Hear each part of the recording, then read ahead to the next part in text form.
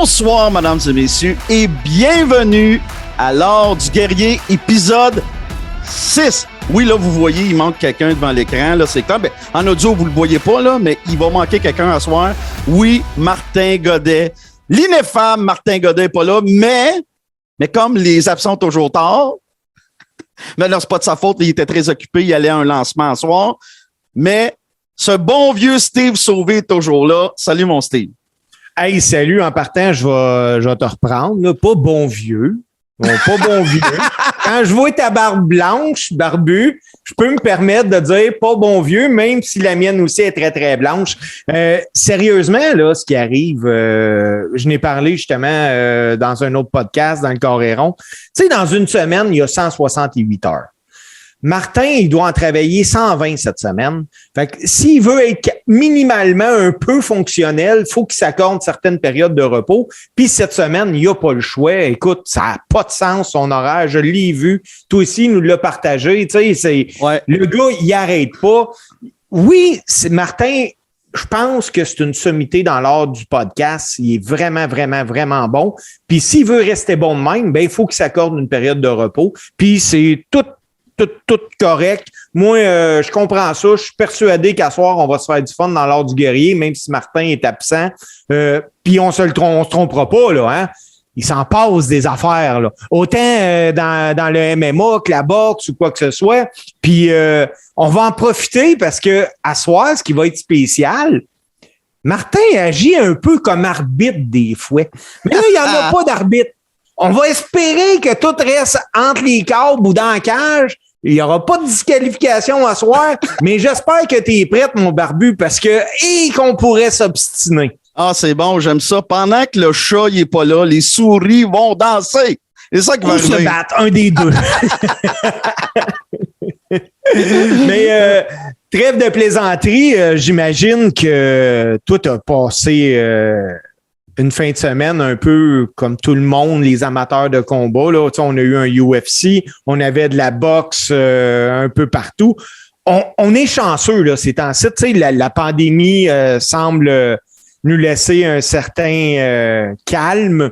On va espérer qu'il n'y aura pas une autre tempête, même si là, on commence à en entendre parler que ça va pas bien là, dans certains pays européens. Mais on est chanceux, là, c'est reparti, là, les combats. Là. Ah oui, on est chanceux. Ça revole de partout dans le monde du combat, que ce soit, comme tu le dis, MMA, boxe, lutte professionnelle. Il y a des galas à toutes les fins de semaine dans la lutte. Il y a des galas MMA à toutes les semaines, que ce soit UFC, Bellator, One Championship. Pareil pour la boxe avec Eye of the Tiger que tu vas nous parler tantôt. Non, on est vraiment gâtés, les amateurs de combat. Hey, tu viens justement de parler, Barbu, là, de 3 associations majeures de MMA. Tu as parlé de UFC, Bellator, puis tu as parlé de... C'est quoi l'autre? One Championship. One Championship. Au Japon. Oui, si on a là, à classer ça un peu là, entre Bellator et One Championship, là, y a-t-il un comparatif qui est possible? C'est quoi? C'est bien facile. UFC numéro 1 et de très loin. Deuxième, c'est Bellator. La différence entre le UFC et le Bellator est très simple. Les meilleurs du Bellator, que ce soit dans n'importe quelle catégorie de poids, sont aussi bons que ceux au UFC. Sont capables d'être dans les 10 meilleurs au monde, les 5 meilleurs au monde.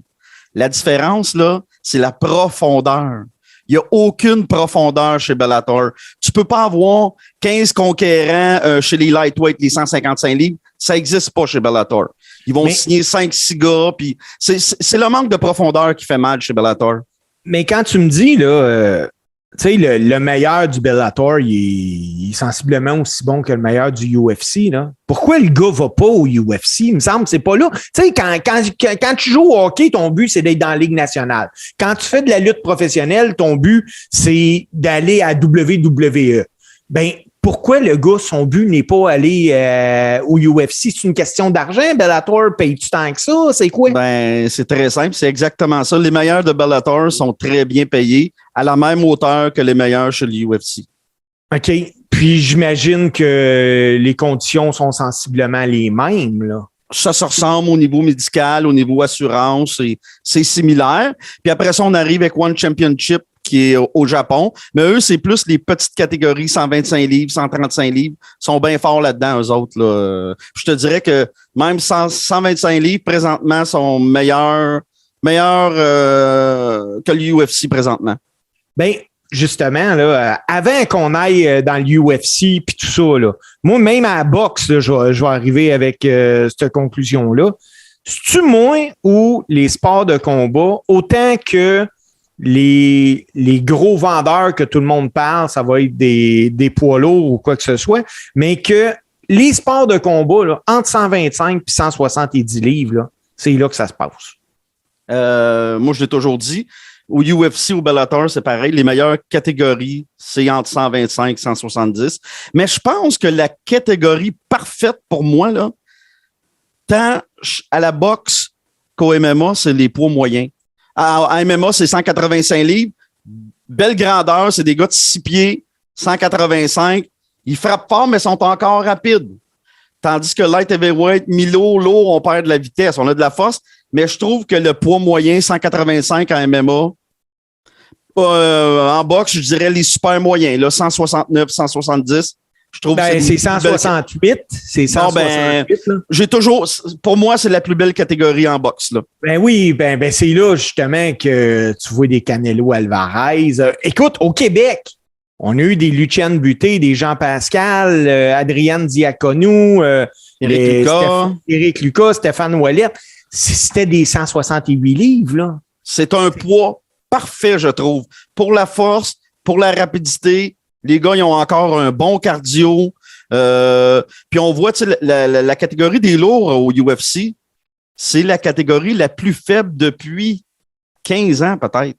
Oui, ben, tu sais, ce qu'on retient souvent, là, c'est que ces catégories-là, c'est là que quand il y a un KO, ça va être un gros KO, c'est majeur. Ouais. Ben, ça attire les foules, tu sais, c'est ça. C'est ça, ça l'attire. Mais quand tu veux voir un bon combat, tu sais, on se le cachera pas, là. Moi, j'ai pas la raison absolue ni la vérité cachée dans mes poches, là. Moi non plus. Mais du 168 livres, mettons, à la boxe, là, quand tu regardes, je sais pas, moi, un David Lemieux là, qui va monter dans le ring à 168 livres, ben 3 mois avant, David Lemieux en paye 190, 195. Là. Le gars arrive à peser, il est sec, puis il est à 100, il réussit à faire 168 livres. La journée du combat, il pèse déjà plus ça. Là.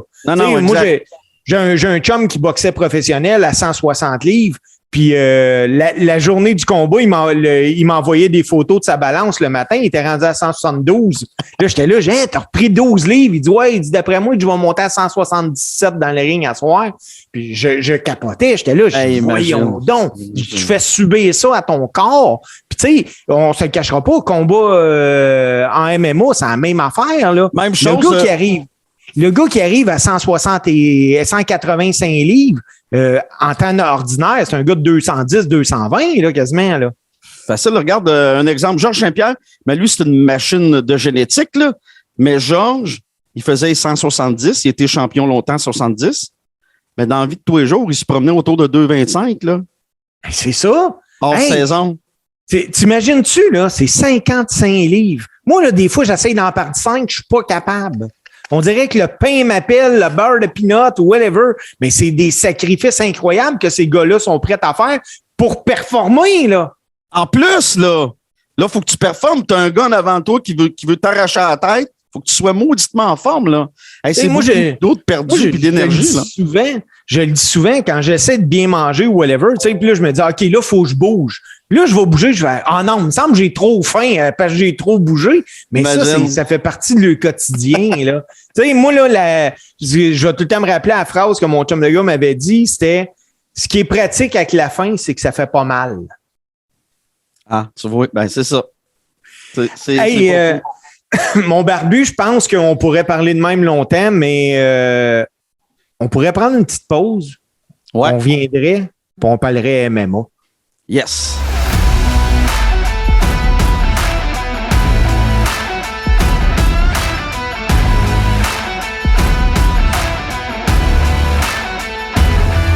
Donc, de retour dans l'art du guerrier, Steve Sauvé, je suis encore avec mon chum Patrick, le barbu de ville.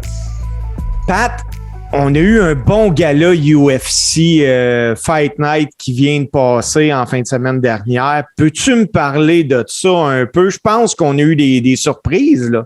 On a eu des grosses surprises. On a eu une finale décevante. Mais tout de même, c'est un maudit beau gala. Toujours en direct du Apex Center à Las Vegas, Nevada. Premier combat de la soirée. La recrue, même s'il est quand même assez vieux, là, c'est un ancien kickboxer, Alex Pereira, qui se présentait là chez les poids moyens, excuse-moi, contre Bruno Silva, qui est pas un pied de céleri, c'est pas un piment. Le gars, il est rentré là à 22 victoires, 7 défaites, là, Silva. C'est un gars qui savait se battre puis qui a brûlé sa bosse. Là. Exact. Pereira, c'est un ancien champion de kickboxing, un ancien champion mondial, plus de 100 victoires en kickboxing, à peu près 2-3 défaites. C'est une machine. Mais là, je viens de penser à quelque chose. Je te parle de Silva, puis j'ai oublié quelque chose, puis je vais le dire avant de l'oublier. Je veux saluer un auditeur qui m'a envoyé un message de l'Ordre du Guerrier puis du Coréron. C'est important. Il s'appelle John. Il s'en va en mission en Lettonie dans 10 jours.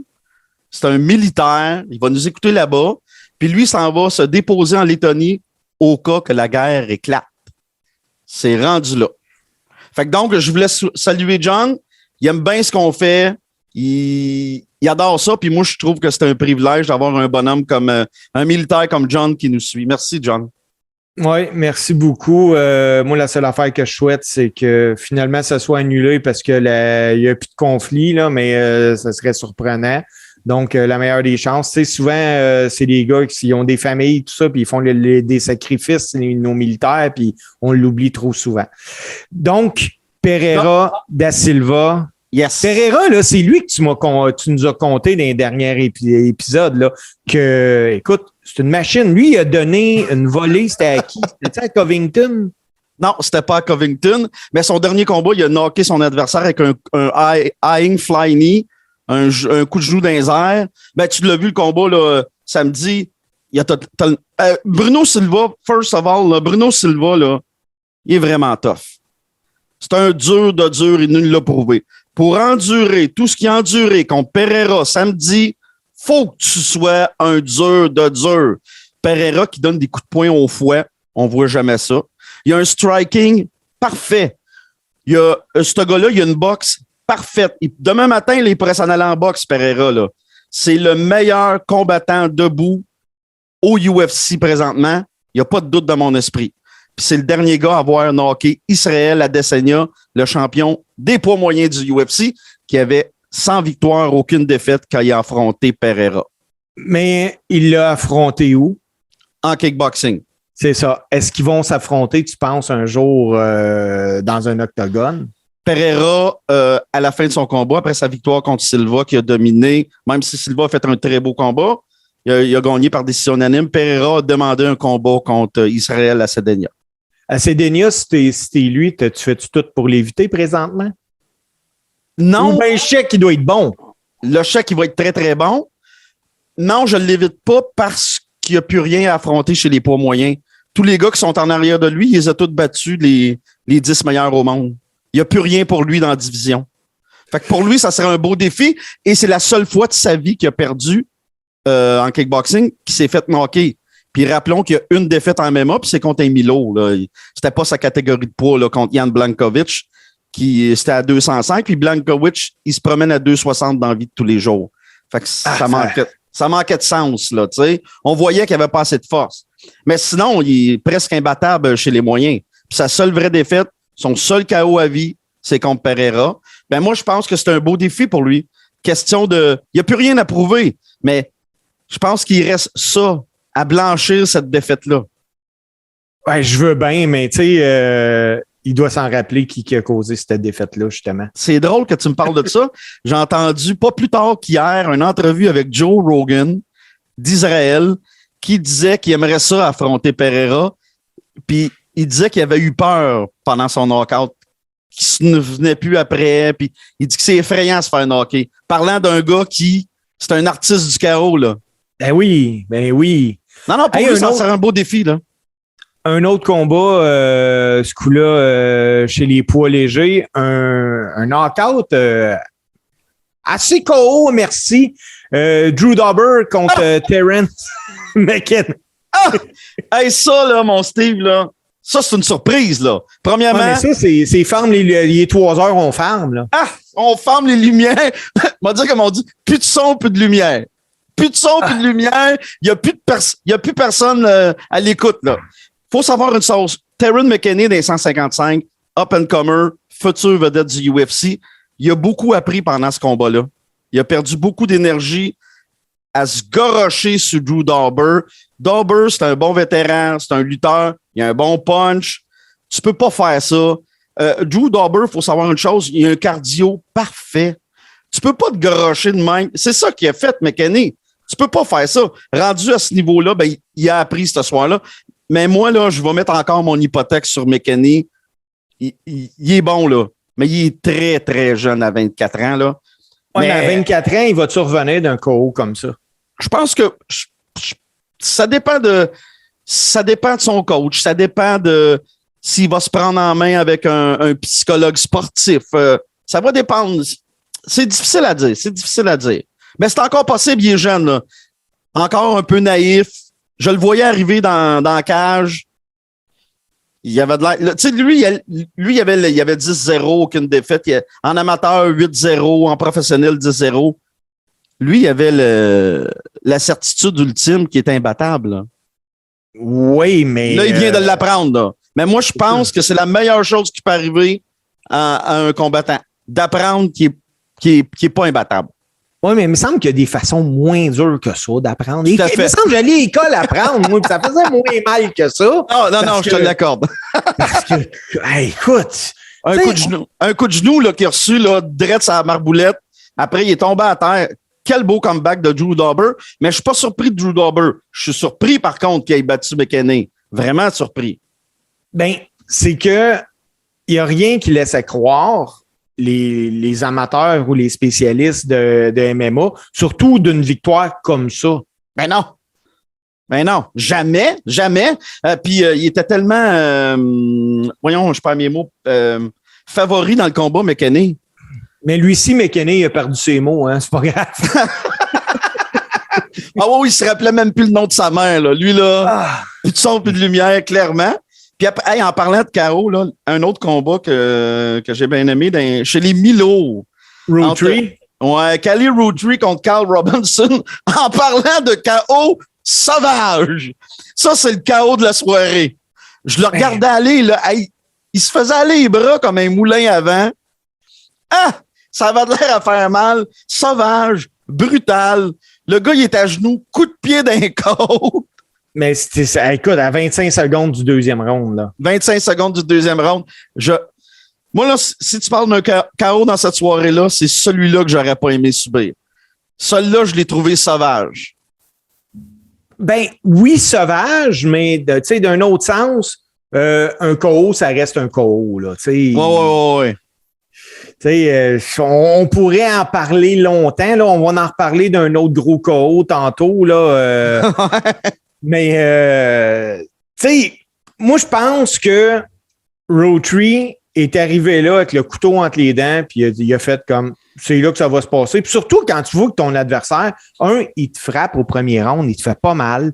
Tu es capable, tu le contrôles comme tu veux. Exact. Y a-tu de quoi de pire pour gagner de l'assurance?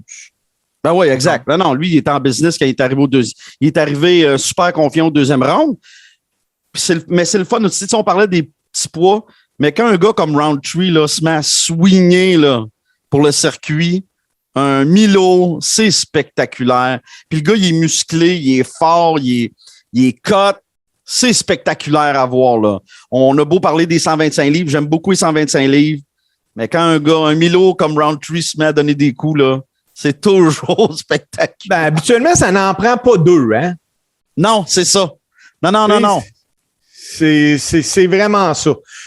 Sinon, juste de même, là, moi, je vais te demander une petite prédiction. Là, on va parler du combat de Sodif Youssouf. Ouais, le Sénégalais. Oui, contre Alex Sarret. Moi, écoute, là, je m'excuse. Moi, pour débaptiser le monde, je suis pas grave. Je vais l'appeler Caceres. C'est-tu ça son nom? Ça ressemble à ça, mais c'est pas grave, Martin. Et Martin n'est pas là pour nous reprendre, là. Il est pas là. On a-tu le chant du coq pour Alex Caceres, justement? Parce qu'encore une défaite. Le gars est rendu avec une fiche de 19-13. Ça commence à tourner en rond, son affaire. Là. Ben, moi, t'expliquer quelque chose, OK? C'est bien simple. Alex, son surnom, c'est Bruce Lee. Il s'est fait connaître par ce surnom-là. Il avait une grosse afro sur la tête. Il a fait le Ultimate Fighter, qui est une télé-réalité comme Big Brother puis Occupation Double, mais de combattant UFC.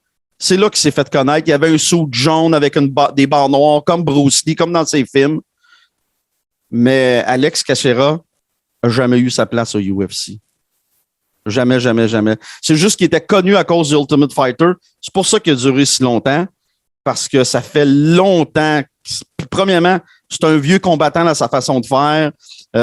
Manque de vitesse, manque de force, pas très bon au sol. C'est juste pas un gars qui peut se battre au UFC tant qu'à moi. C'est un gars de circuit mineur. LFA, TKO, ce genre de circuit-là. Là. Ben, ça veut dire, par exemple, que si c'est un gars de circuit mineur, puis je suis d'accord avec toi, c'est un gars qui peut pas gagner sa vie avec les arts martiaux mixtes, là. Non.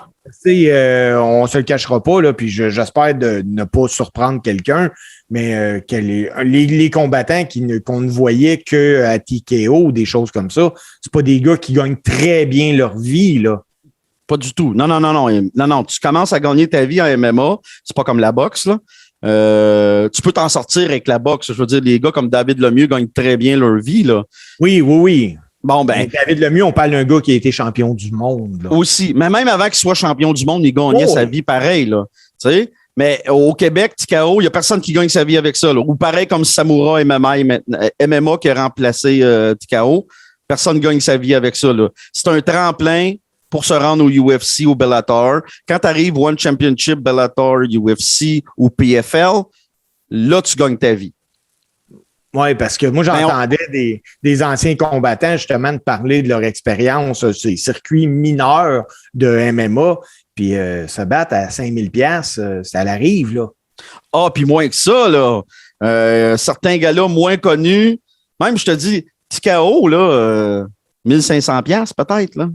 Pas plus que ça. Fait que le rendu là, c'est que tu y vas par passion puis tu espères de te faire découvrir. Puis parce que, tu sais, moi, je le dis souvent, puis c'est de même dans tous les sports, là. Mais pour chaque Georges Saint-Pierre, tu as à peu près 1000 gars qui auraient aimé avoir le break que Georges a eu, là. Tu sais, Georges Saint-Pierre, je pense que c'est un gars qui est très, très, très à l'aise financièrement. Il y a une couple de millions de côté, tout ça. Oui, c'est un gars qui a beaucoup d'argent, là. Oui, mais pour en arriver là, il y en a combien qui mangent des grilled cheese toastés juste sur un bord, puis Non, mais c'est la réalité, là. Tout à fait. Ah non, on a eu Marc-André Barriot avec nous autres l'autre jour dans l'Art du guerrier. Puis c'est une question que moi, j'y ai pas posée, puis que je pense que c'était pas nécessairement le temps de la poser. Mais financièrement, si t'es pas au UFC, ta roulotte n'est pas en Floride, là. Ah, ben non, certainement. Non, puis il roule pas sur l'or, lui, là. Non, justement, tu sais, pour donner une idée, là. Il n'y a pas d'enfant, il est tout seul avec sa femme et son chien, là. Oui, puis pour donner une idée, il vit dans sa roulotte, là. C'est ça. C'est pas un gros manoir sur le bord de la plage, là. Non. Puis tu sais, au Québec, là, depuis les années 90 pour le MMA, il y en a juste 2 qui vivent de ça, là. Qui ont réussi à vivre de ça pour s'en sortir. Georges Saint-Pierre, Patrick Côté. Pat Côté, là, savais-tu que ça a été longtemps le Canadien qui a été le plus actif au UFC? Oui, absolument. Ah, c'est un de mes préférés. Moi, je te dirais, là, bon, tout le monde le sait, là, Georges Saint-Pierre, ça n'a jamais été mon préféré, même si je l'admire et je le respecte. Mais Pat Côté, c'est un combattant que j'ai beaucoup, beaucoup aimé, moi, au UFC. Ça, c'est certain. Hey, si on revient à nos moutons, en co-combat principal chez les poids coqs, Marlon Moraes contre Song Yadong. Yadong, 14e au monde. Contre Moraes, 10e au monde. Yadong, qui vient de la Chine, son surnom, c'est le Kung Fu Monkey. Les gars, ils savent plus quoi avoir comme surnom, mais bon. Upset. Là, j'ai dit que McKinney, Dauber, c'était l'upset de la soirée, mais je pense qu'il est plus là l'upset de la soirée, là. Premier round KO. Paf, uppercut, direct sur le piton, très bien placé. Tu peux pas placer un coup de poing mieux que ça. Tu peux pas. C'était parfait comme coup de poing. Il a jamais rien vu, là. Non, il a rien vu. Puis Moraes, dans sa catégorie de poids, c'est un des meilleurs au monde, là. C'est toute une pointure, ça, là. Lui, là, il gagnait ce combat-là. Il était pas loin d'un combat de championnat. Ben, c'est ça qui est le fun un peu avec le MMA, puis particulièrement avec le UFC, là. C'est tout peut arriver tout le temps. Tu sais, tu peux pas arriver là puis être semi-entraîné. Non, c'est impossible de faire ça. Non, exact. Tu sais, même le moins bon puis le meilleur, là, c'est rare que tu vas voir une différence de talent incroyable. Tu sais, les gars sont tous bons, puis on l'a vu dans ce combat-là particulièrement, que c'est pas parce que le gars il est mieux classé que ça peut pas arriver. Non, exactement. Non, puis rendu là, les 15 meilleurs au monde, là, c'est un autre niveau de talent et de technique. On est ailleurs, là. Puis surtout aujourd'hui, ces gars-là sont capables de faire tout partout au sol, debout. J'appelle ça des five-tool players. Les gars sont bons partout, sont rapides, ils ont du cardio, s'entraînent 12 mois par année. Ben, comme les joueurs de hockey maintenant, comme les joueurs de football, ça a beaucoup changé. Tu sais, si on revient à l'époque de Tank Abbott. Ben, à cette heure, c'est que ta profession, c'est athlète professionnel. Voilà, c'est des petites PME. Puis pour revenir là, sur les Québécois, ça me revient, là. Le seul qui pourrait faire de l'argent avec ça, là, dans l'avenir, c'est Charles R. Jourdain. Oui, mais là, il y en a un petit Québécois qui va commencer, puis il y a tellement d'attentes envers ce gars-là. Là. C'est Yasmine qui s'appelle. Comment il s'appelle? Yannick. Oui, c'est ça. Hey, on est deux beaux parce que moi aussi, j'ai de la misère avec ça. Oh non! Mais on va l'appeler Yannick, c'est bon, ça. Oui, c'est ça. À surveiller. À surveiller. Mais lui, c'est plus en termes. C'est plus un shooter, un brawler. C'est plus un batailleur de rue, lui. Là. C'est pas un technicien. Là. Lui, là, ça va être. Lui, c'est toujours court. C'est les baguettes Yohan Lennes. Yohan Lennes. Bon, ben, c'est ça. Lui, là, c'est les baguettes des airs, puis ça va vite, là. Mais c'est pas un technicien, puis c'est jamais beau ce qu'il fait, là. C'est rien de clean, là. C'est pour ça que le monde va l'aimer au UFC, ça va être intéressant. Il a jamais été dans un combat plate, c'est bien simple, là. Puis quand il a gagné, lui a gagné, il était au Contender Series de Dana White, qui était une émission au UFC Fight Pass. Lui, il remplaçait un gars. Il était même pas supposé d'y aller. Il a reçu un appel, il a été 2 semaines de préavis. Il a knocké le favori. Puis le gars, il était favori par loin, là. C'était un jeune que tout le monde attendait. Il l'a knocké, il a fermé les lumières. Tout le monde n'en revenait pas. Dana White, il avait les yeux gros comme des 30 sous, il n'en revenait pas. Fait que c'est là qu'il a eu son contrat. C'est exactement ça qu'on vient de dire. Tu sais, tout peut arriver au UFC. Tout. Ben, c'est ça qu'on aime des sports de combat en général, hein? Parce que c'est dramatique. Que ce soit en boxe, que ce soit en MMA, Muay Thai, Letway, c'est dramatique. Il y a des humains en arrière de ça, hein? Puis ils ont leur vie, ils ont des enfants, ils ont des femmes, ils ont des amis. Puis c'est pas drôle comme Barrio, tu sais, on y parle de son knockout. C'est sûr que lui, il voulait se justifier, tu sais, long comme le bras, puis c'est normal, mais c'est pas drôle. Pareil, tu sais, quand nous autres, on a des mauvaises journées au bureau, on fait pas des zooms après pour expliquer que, ouais, là, je l'ai échappé. Non, c'est clair. Puis moi, là, ça, on le voit souvent à la boxe, peut-être moins au UFC, mais à la boxe, on voit souvent la conjointe du boxeur est là avec sa mère, les enfants, puis tout, là. Puis là, tu vois le gars se faire passer le KO, là. Puis là, moi, j'ai tout le temps la même image de dire, hey, les enfants qui sont là, ils doivent tuer. Ben oui, rappelle-toi même, là, je vais retourner à la lutte professionnelle, Mick Foley, qui tombe en bas de la cage contre Undertaker, sa femme était là, ses enfants étaient là. Non, Barbu. Je mélange tout le combat, moi. Oui, tu te mélanges un combat. La femme de Foley était chez elle, puis elle essayait de rejoindre le numéro d'urgence. Okay. Je mélange notre combat, mais tu te souviens qu'elle était là, à un moment donné, il saignait. Oui, mais c'était pas la cage. Hey, la finale de la soirée. Je te laisse présenter ça, mon barbu. Pas parce que je veux te faire l'honneur, c'est parce que je veux pas te scraper de nom encore. Thiago Santos d'un Milo affrontait le Brésilien, affrontait le Russe. Magomedov Ankalaev, 16 victoires, 1 défaite. Ben, ce qui devait arriver arriva. Magomedov a gagné dans un combat sans saveur, sans couleur. Il a blâmé Santos. Il disait que pour c'est la Santos. Performance. Ouais, c'est ça. Il disait que c'est Santos qui a fait que le combat était plate, mais je peux pas blâmer Santos là-dedans. Il a fait son possible. Ankalaev, c'est une machine. Je suis un gars qui fait des combats quand même assez intéressants en général. Pas surpris de sa victoire. Je m'attendais à ce qu'il gagne. Santos, une coupe de défaites. Il a eu un peu de misère dernièrement. C'est un gars que j'aime beaucoup, mais je trouve que Santos, c'est en chinois, là, on dit un underachiever. Je sais pas le terme en français, là, mais il y a de la misère à stepper dans la compétition. C'est un gars qui va être dans les 10 meilleurs, mais quand il arrive dans les 5 meilleurs, là, on voit que c'est d'autres choses pour lui. C'est plus difficile au niveau cardio. Il a toujours sa force de frappe. D'ailleurs, il a une des bonnes forces de frappe au UFC, puis il s'en sert pas assez. Bon, moi, je dis ça en arrière d'un micro, c'est facile. Oui, ben, tu sais, pour avoir une force de frappe, faut que tu frappes le gars qui est en avant de toi, là, mais. C'est ça. En fin de semaine, quand il frappait, il était déjà plus là. Non, c'est ça. Ah non, Ankalaev, il est d'une rapidité incroyable, il a une très bonne défensive. C'est pas le gars toujours le plus plaisant à voir se battre, mais techniquement, il va être difficile à battre. Mais là, lui, il va avoir une chance au titre.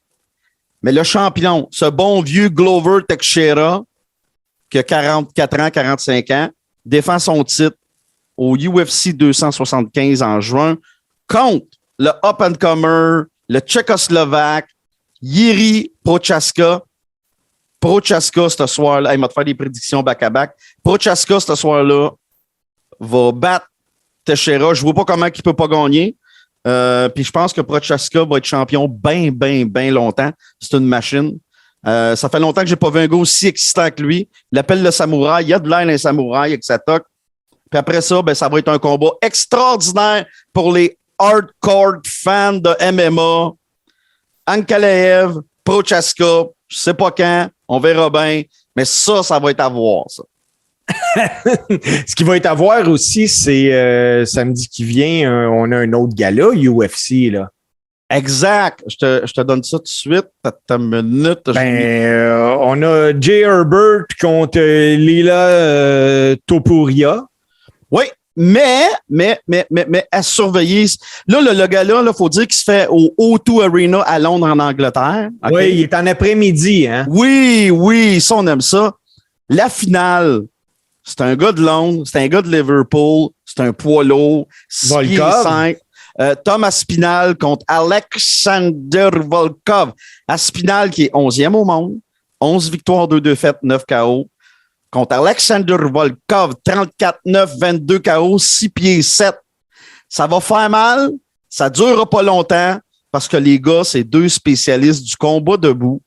Ça, il n'y a pas de doute que ça va être... Hey, là, on arrête tout de suite, là. Ouais. Là, je te le dis, là. Ouais. On a dit ça l'autre fois pour Ngannou. Écoute, c'est un spécialiste de combat de bout, ça va être intéressant. Ouais. Le combat s'est passé à terre. Ouais. Ouais. Mais là, je pense pas que ça va se passer à terre. Non, mais il s'agit juste là que Volkov se fasse frapper là, au début de première ronde là, contre Aspinall, là, puis qu'il fasse comme OK, je peux pas endurer ça tout le long. On s'en va. Ben, sais-tu quoi? Moi, je pense là, que si ça va au sol, c'est Aspinall qui va l'amener au sol. Ouais. Parce que Volkov, à 6 pieds 7, là, il frappe dur, lui, là. Oui, mais Aspinall, je pense, c'est un gars qui a pas l'air à frapper mou non plus, hein, on va te dire.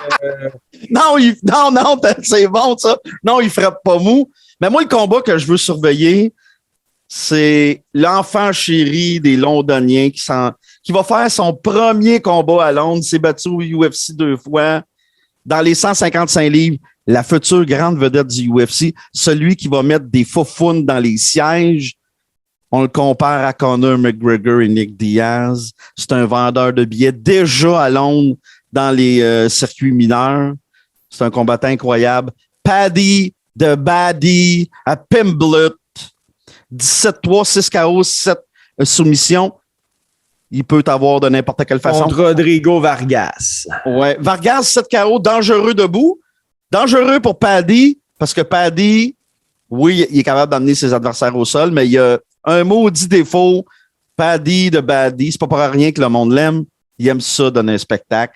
Puis des fois, là, il en fait trop. Ouais, Paddy qui voue un culte à René Simard avec sa coupe de cheveux. Oui, pianiste de Brice. Oh, oui, hey, tu vois ce gars-là arriver, tu fais comme, voyons donc, c'est ça. Mais non, quand la cloche elle sonne, il est prêt, puis tu l'oublies, sa coupe de cheveux. Ah, c'est un dur de dur. Là. Il vient des rues sales et transversales de Liverpool. C'est un vrai tough. Là. Faut pas se fier à son apparence. Comme tu dis, c'est un vrai tough. Mais je regarde son premier combo UFC. Il a échangé, il a mélangé avec le gars debout. Il a dit avant le combat à Michael Bisping, qui était l'annonceur, « À soir, je le bats debout. » Même s'il pouvait aller au sol avec, il a refusé. Il a failli se faire knocker, là. Mais finalement, il s'est repris, puis il a knocké son adversaire. Mais j'ai hâte contre Rodrigo Vargas, il ne pourra pas faire ça. Mais un autre combat qui devrait être popé, c'est chez Milo. Tu as Gunnar Nelson contre Takashi Sato. Des fiches qui se ressemblent. Tu sais, pour Nelson, tu as 17 victoires, 5 défaites, 1 nulle. Puis Sato, 16 victoires, 4 défaites, aucune nulle. Je pense que ces gars-là pourraient voler le show. Moi. En effet, ça pourrait être un combat qui pourrait voler le show. Là, j'y étais avec mon cœur quand je t'ai parlé de Paddy, de Baddy, Pimblett, parce que j'aime ça, c'est ce genre de combattant-là qui donne un spectacle. J'adore le spectacle en général. Mais oui, ce combat de Milo-là, clairement, a les chances de voler le show. Deux bons combattants qui font toujours des beaux combats, toujours intéressants. Les gars arrivent toujours préparés. C'est des... comment je pourrais te dire? C'est un autre journée au bureau pour eux autres. Là. C'est vraiment leur travail. C'est des professionnels. Il n'y a pas de doute là-dessus. OK. Avant de conclure le segment MMA, je vais te demander de te mouiller. Oui. Nelson ou Sato? On va y aller avec Sato. Volkov ou Aspinal? Ah, ben là, les deux... Hey, retiens ça. Non, Volkov ou Aspinal? J'ai juste besoin d'un nom. Aspinal, facile. Puis, je vais t'en demander un facile. Là. Paddy ou Rodrigo? On va y aller avec Paddy. Là, t'as pas le choix. Là, j'ai pas le choix. Vas-y donc, toi, pour le fun, Aspinal puis Volkov. Volkov. Oh! OK. Volkov, j'écoute. C'est pas un mauvais choix. Il est 6e au monde, là. C'est pas un mauvais choix, là. Moi, c'est juste parce que j'ai en tête qu'on n'aura pas un grand combat, par contre. Parce que quand Volkov, là, je pense que on va enlever la force de frappe, là. Mais même qu'il se fasse atteindre par Aspinal, ce qu'il va faire, il va l'emmener au sol. Au sol, là, t'en manges pas de claque. Surtout que Volkov est sûrement beaucoup plus fort physiquement. Il va pouvoir le contrôler au sol. Ah, c'est sûr que Volkov est plus fort physiquement. Il n'y a pas de doute là-dessus. Là. C'est une machine. Là. Il se promène Sinon, j'y vais avec Sato. Puis, je vais y aller avec Rodrigo Vargas. Moi. Bon, là, tu veux m'ostiner, c'est ça, hein? Ben oui, rien pour être contre toi. Écoute, Barbu, je pense que moi, je serais dû pour une petite pause, là. C'est bon, puis on ça. reviendrait, puis on parlerait de boxe. Ah, c'est bon.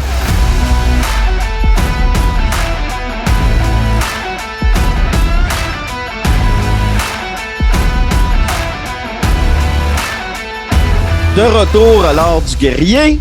Puis maintenant, on a fini de parler des MMA, on en a assez parlé, là. Il y a plein de sujets en boxe encore cette semaine. C'est ça qui est le fun de ce temps-là. Tabarnouche que ça bouge, puis je suis tellement content. Hey, puis sais-tu quoi? Depuis qu'on a commencé l'art du guerrier, là, j'ai recommencé à me remettre le nez dans la boxe. Fait qu'on y va avec Steve puis sa chronique.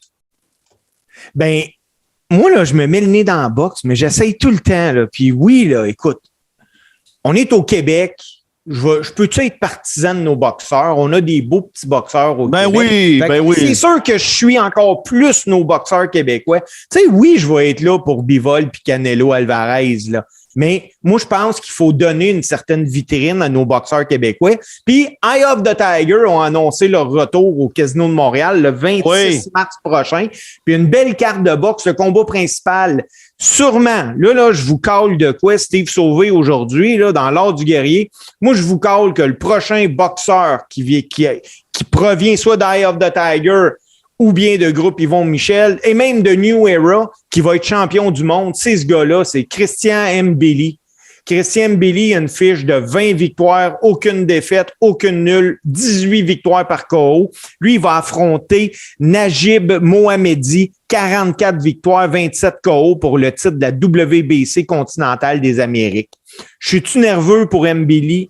Pas du tout. Mais encore une fois, tu sais, un coup de poing, ça peut arriver. On l'a dit, de même dans les arts martiaux mixtes. À la boxe, ça fait pas exception. Tu sais, le gars, il a 44 victoires, 8 défaites, 27 victoires par KO. Il est pas à son premier rodéo. Mais Mbili, je pense que tout pour remporter ce combat-là, là, il est incroyable.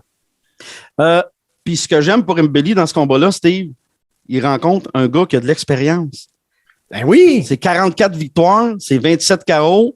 C'est beaucoup de temps dans un ring de boxe. Puis je suis content c'est 52 pour matchs. 52 matchs. Moi non plus, j'ai pas peur pour Mbili. Ça devrait bien aller. Là. Je m'inquiète pas pantoute. Mais je suis content d'une chose, c'est qu'on y met un gars là, qui a beaucoup d'expérience. Puis ça, c'est le fun. Oui, puis ce soir-là, ça va marquer aussi les débuts en boxe sous la tutelle d'Eye of the Tiger de l'Olympienne puis la championne du monde amateur, Mary Spencer. Elle a 3 victoires, 2 par KO. Pour l'occasion, elle va affronter la Mexicaine Béatrice Aguilar. Ça va être un bon test là, pour Spencer parce que sa rivale, elle n'a pas une fiche incroyable. Là. 7 victoires, 6 revers, mais 13 de ses combats, donc l'entièreté de ses combats, ont été à limite. Oh! OK. Fait que, elle va pouvoir faire des là. rondes. C'est ça. Elle c'est va peut-être le but. Pour Spencer, c'est peut-être le but aussi là, de la confronter à quelqu'un qui peut faire des rondes. Là. Ah, effectivement, c'est en plein ça. Là. Parce qu'à 3-0, elle n'a pas de combat ou presque. Là. Ben non, elle n'a pas de combat. Là-dessus, 2 victoires par KO. On s'entend qu'elle n'a pas passé grand temps dans un ring. Là. Moi, dans les dernières années, dans les 2 dernières années, si je compte le nombre de temps que je me suis lavé les mains avec du Purell, sûrement plus qu'elle dans un ring de boxe. Fait que, tu sais, ça va être très, très bon. Également, cette carte-là, on a le boxeur de Buckingham, Alexandre Gaumont, 3 victoires, 2 KO. Lui, il effectuera son 4e combat chez les professionnels face à Edgar Romero Mora. Lui, on parle d'un gars avec une fiche de 11 victoires, 12 défaites, là, 8 KO. Oh, OK, on parle d'un journeyman. Là.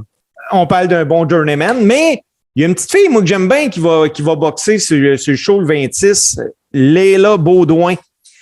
4 victoires, 1 KO. Elle va être opposée à Estefania González Franco.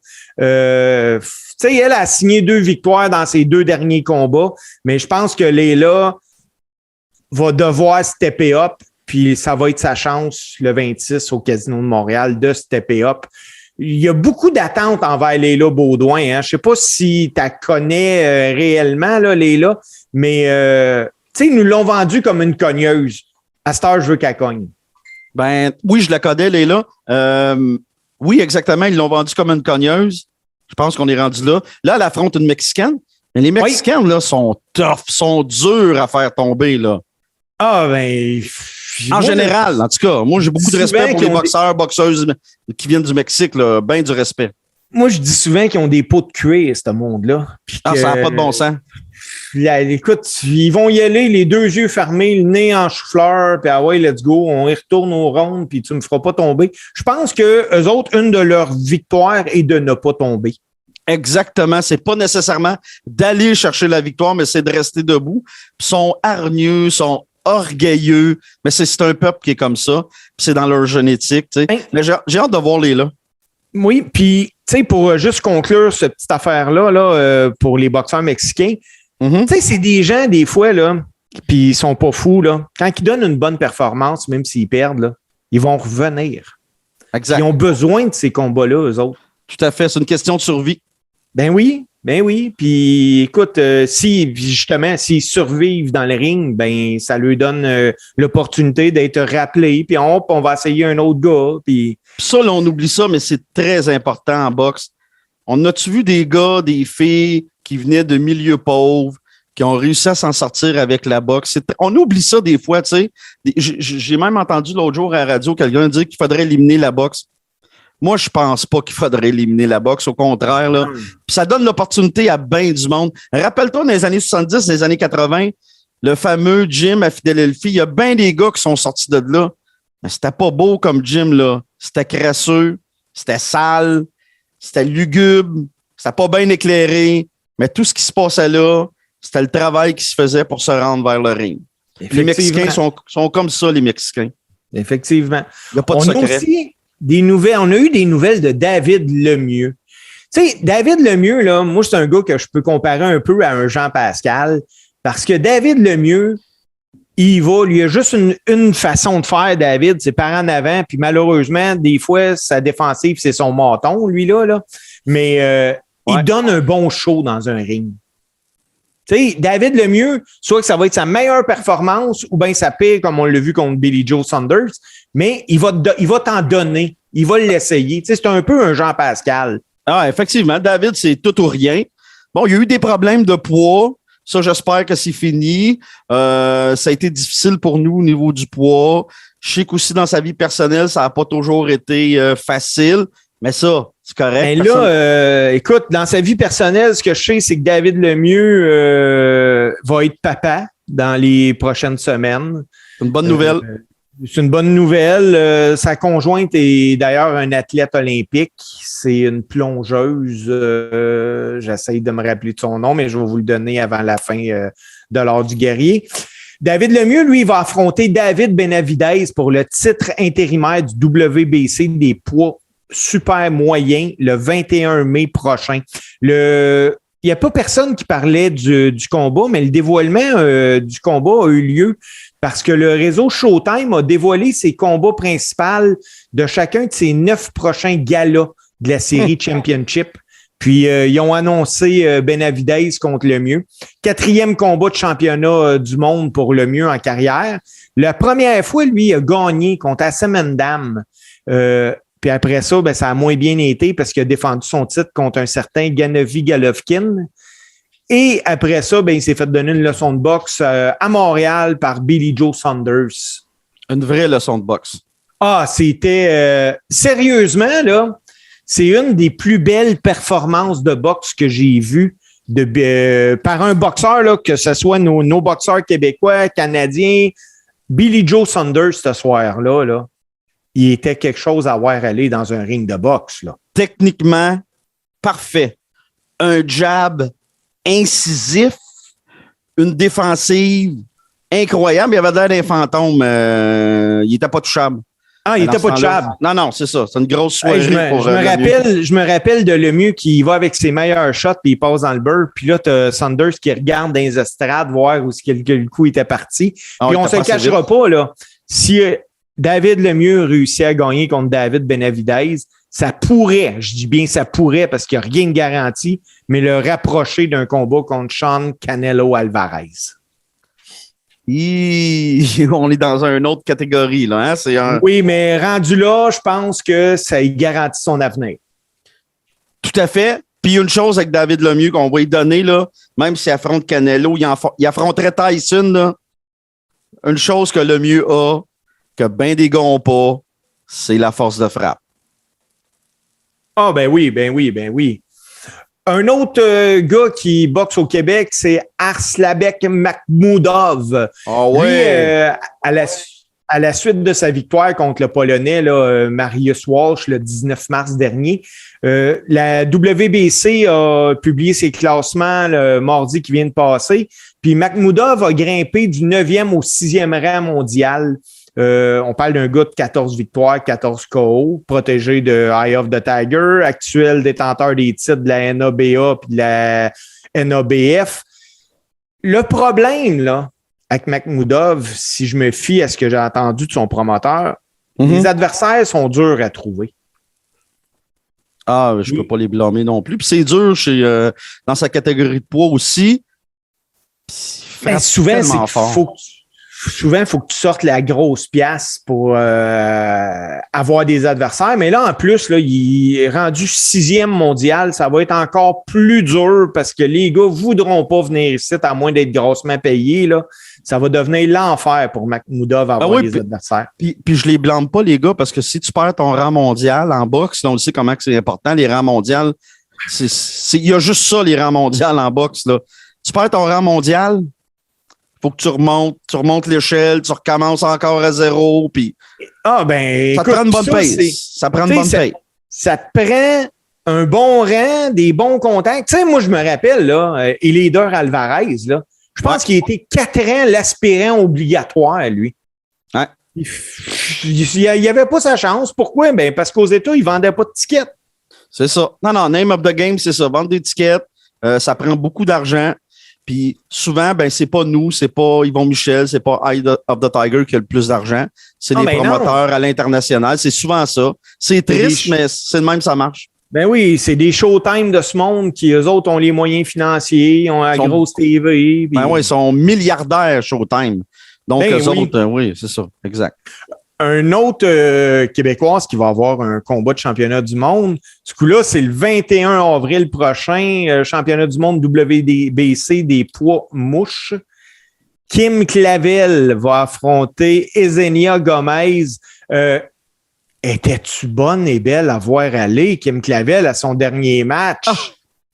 Wow! Mais comment ne pas aimer Kim Clavel?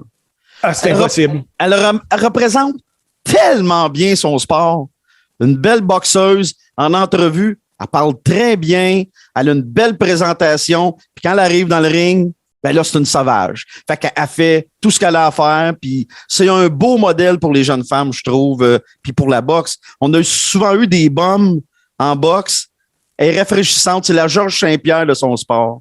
Ah, hey, ça, c'est oui, je suis pas mal d'accord avec toi. Mais là, il y a quelque chose, par exemple, qui me chicote un peu, là.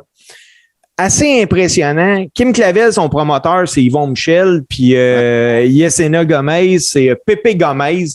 Eux autres, ils sont déjà entendus, là, pour les termes d'un combat revanche qui va avoir lieu au Québec, peu importe l'issue du duel. Ah oui, hein? Ils ont déjà décidé de ça, eux autres. Là. Oui, eux autres, ils ont déjà décidé de ça. Moi, là, ça...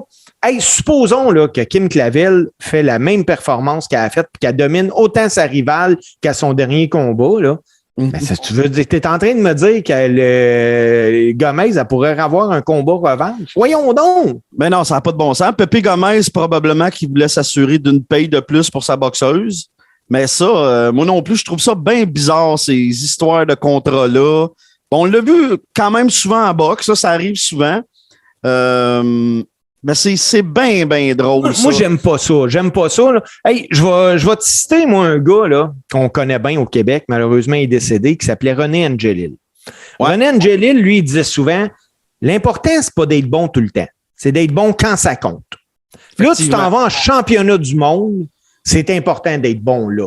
Si tu l'as pas été, là, excuse-moi, là, mais les combats revanches, là, à part que ça garantit des revenus aux promoteurs et aux boxeurs, là, les grands perdants habituellement des combats revanches, c'est les amateurs. Exact. Mais tu sais, combat revanche, j'ai rien contre ça, mais ça se décide pas avant. Exemple, on a eu, il y a longtemps de ça, Arturo Gatti contre Mickey Ward, le premier combat. Ben, c'est sûr qu'on était pour avoir un deuxième. Ça se fait tout seul, ça, les combats revanches. Premier combat, Tyson et Evander Holyfield. On le savait qu'il était pour en avoir un deuxième. Ça se fait tout seul. Moi, je déteste, par exemple, qu'on les prévoit d'avance. Moi aussi. Wallet Hilton. Quand Wallet a perdu au 12e, on savait bien qu'il y aurait un deuxième combat. C'était sûr. Puis là, plus, Gomez, là, elle va être en terrain inconnu parce que c'est la première fois qu'elle sort pour se battre. Oh, OK, je ne savais pas. Elle s'est toujours battue chez eux. Puis son promoteur, lui, estime que, ben écoute, c'est un grand test, mais non, elle ne sera pas désavantagée. Tu sais, pour te donner une idée, là, Kim Clavel, elle, de la façon qu'elle prend ça, elle est de retour à l'entraînement dans quelques jours. Elle s'est juste donné une couple de jours de congé là, après son combat. Puis ce que son entraîneur a dit, c'est, écoute, malgré la performance qu'elle a donnée, elle a des affaires à travailler. Puis l'adversaire, la boxeuse ce soir-là qui va avoir le meilleur plan de match puis qui va l'exécuter comme il faut, c'est elle qui va gagner. Rendu là, j'en veux pas de combat revanche. Ben, moi non plus. Mais moi être content pour Kim, s'il y a un combat revanche, ben, c'est un autre paye, c'est de l'argent. Puis si c'est un combat serré puis Kim gagne, tant mieux. On va avoir un deuxième combat. Dans ce sens-là, moi être content pour Kim, mais sinon, ça n'a pas de bon sens de signer des combats revanche de même. À moins que dans le contrat, je ne sais pas si c'est écrit, je ne sais pas si tu le sais, à moins que Kim knock son adversaire, ben là, peut-être que c'est inscrit qu'il n'y aura pas de combat revanche, je ne sais pas, là. J'ai aucune idée, là, c'est pas inscrit. Dernière nouvelle de boxe, mon barbu, puis Yes. écoute, moi, dans la vie, là, je suis journaliste. Ouais. Puis cette semaine, j'ai fait une entrevue avec un père de famille puis son jeune. Le jeune s'appelle Noam Hans, 16 ans. Le jeune, il va à l'école Édouard Montpetit, secondaire 4, en sport-études boxe. Noam est un Français. Il est ici depuis plusieurs années, mais il n'a pas encore la citoyenneté canadienne. OK. Boxe Québec et Boxe Canada ont tout annulé les compétitions à cause de la COVID-19. Et Noam a réussi à se qualifier pour les championnats de France. Vu qu'il est français, il peut participer. Il s'est désinscrit de Boxe Québec, puis il s'est inscrit pour le championnat de France. Il part dans quelques jours parce que le 26 et 27 mars ont lieu les huitièmes de finale à Bordeaux. La finale est le 1er et 2 avril à Marseille. Ça te prend-tu du goût? Puis c'est-tu une expérience incroyable pour un jeune? Moi, là, je suis tellement content de ça, là. Puis j'en parlais avec le père, j'en parlais avec Noam parce que il y a 16 ans, le jeune, il a une fiche de 25 victoires, une défaite en boxe amateur, gagné les gants d'argent, gagné les gants de bronze, gagné les gants dorés, a gagné les gants dorés en Ontario aussi. Et ils ont commencé à avoir certaines personnes dans l'entourage à Noam qui ont fait planer le doute de faire de l'argent en boxe professionnelle à ses 18 ans. Et Noam a décidé, lui, que ce qu'il veut, c'est poursuivre ses études et son rêve ultime à la boxe, c'est de représenter le Canada aux Jeux olympiques de 2026. Pourquoi pas? Colin, Pourquoi pas? Ben oui, les Olympiques. Non, c'est un très beau rêve, puis je comprends ça. Puis courageux, le garçon. C'est brave aussi de s'en aller là-bas, d'annuler ses fonctions aussi au Québec, d'aller là-bas. Je trouve que ça prend beaucoup, beaucoup de guts à cet âge-là. Puis, tu sais, les Olympiques, ça a été longtemps un rêve ultime en boxe, là. Mohamed Ali a fait ça, Tyson, Evander Holyfield, il y a plein de bons boxeurs, Sugar Ray Leonard, à Cuba, Félix Savon, Stevenson. Non, c'est un rêve ultime. Clairement, on l'oublie, là, mais c'est gros et c'est important. Ah, ben oui, puis, tu sais, comme le père m'expliquait, là, Noam, un des problèmes, son entraîneur, il peut pas y aller parce qu'écoute, on s'entend que c'est des milliers de dollars là, de déplacer ton entraîneur. Son père a toutes ses certifications pour entraîner son fils, pour être dans son coin, mais il n'a pas le droit en France parce qu'il n'a pas sa qualification là-bas. Ah, d'accord. Donc, il a confié l'entraînement de son gars à Tony Salvatore, qui est le propriétaire du gym Coma à Marseille.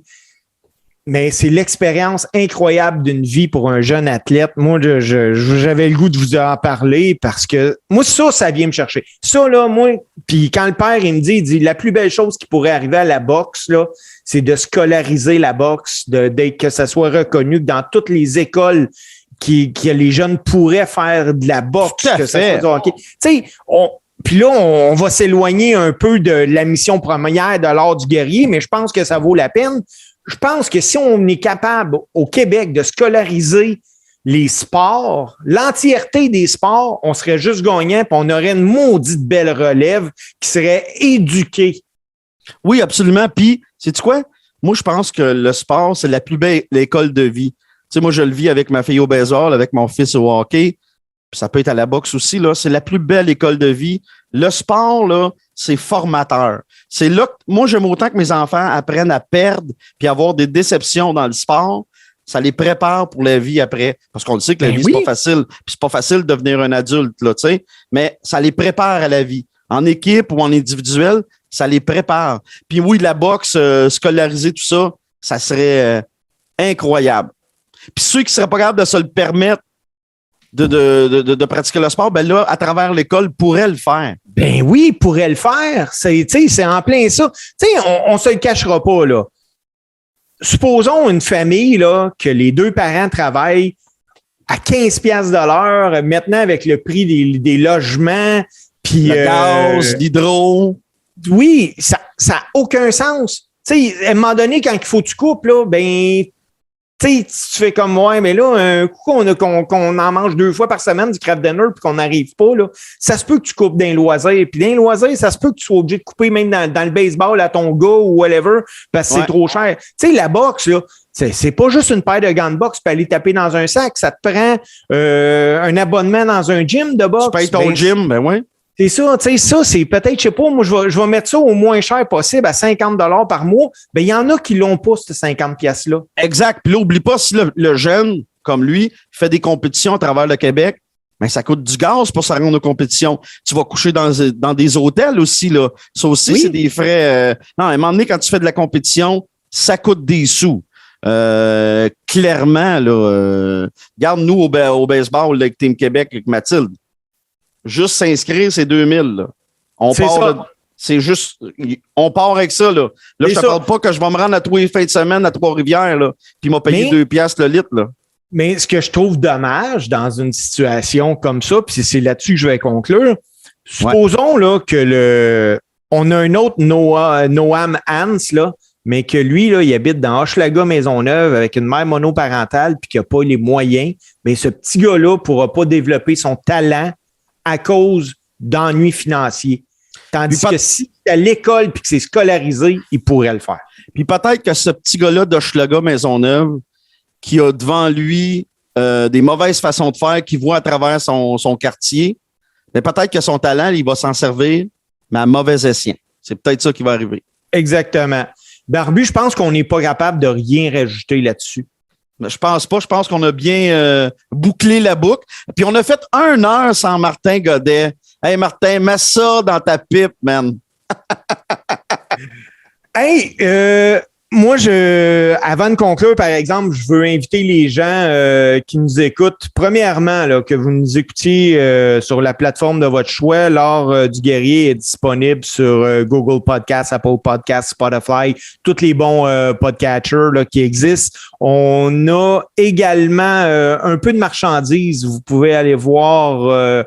Martin pourrait sûrement mettre le lien sur notre page Facebook du guerrier. Absolument, c'est sur T-Public, puis c'est l'ami Suburban qui s'occupe de ça. C'est l'ami Suburban, puis il fait une maudite bonne job.